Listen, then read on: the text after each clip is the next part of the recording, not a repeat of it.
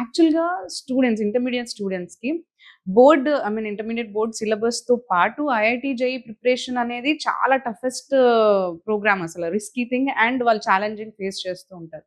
So, ఇలాంటి టైంలో వాళ్ళకి ఇది ప్రెషర్ అనిపించకుండా శ్రీ చైతన్య అకాడమిక్ ప్రోగ్రామ్ ఎలా డిజైన్ చేశారు? ఎలా ప్రిపేర్ చేస్తారసలు? ఇది నిజంగా చాలా ఎక్స్ట్రాడినరీ క్వెషన్ అమ్మా.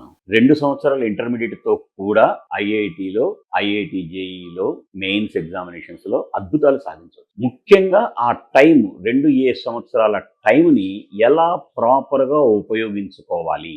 Simultaneously board preparation. ఇది చాలా మందికి అర్థం కాని విషయం. చాలా మంది ఏమనుకుంటారంటే బోర్డు ప్రిపరేషన్ వేరు, ఐఐటీ ప్రిపరేషన్ వేరు అని. వితౌట్ బోర్డ్ ఇన్ఫర్మేషన్ ఐఐటీ కానీ లేకపోతే ఐఐటీ అంటే జేఈ అడ్వాన్స్డ్ కానీ జేఈ మెయిన్ కానీ లేదు. దేనికి జేఈ మెయిన్కైనా జేఈ అడ్వాన్స్డ్కైనా ఫస్ట్ ఫౌండేషన్, సిలబస్, ఇన్ఫర్మేషన్ బోర్డే.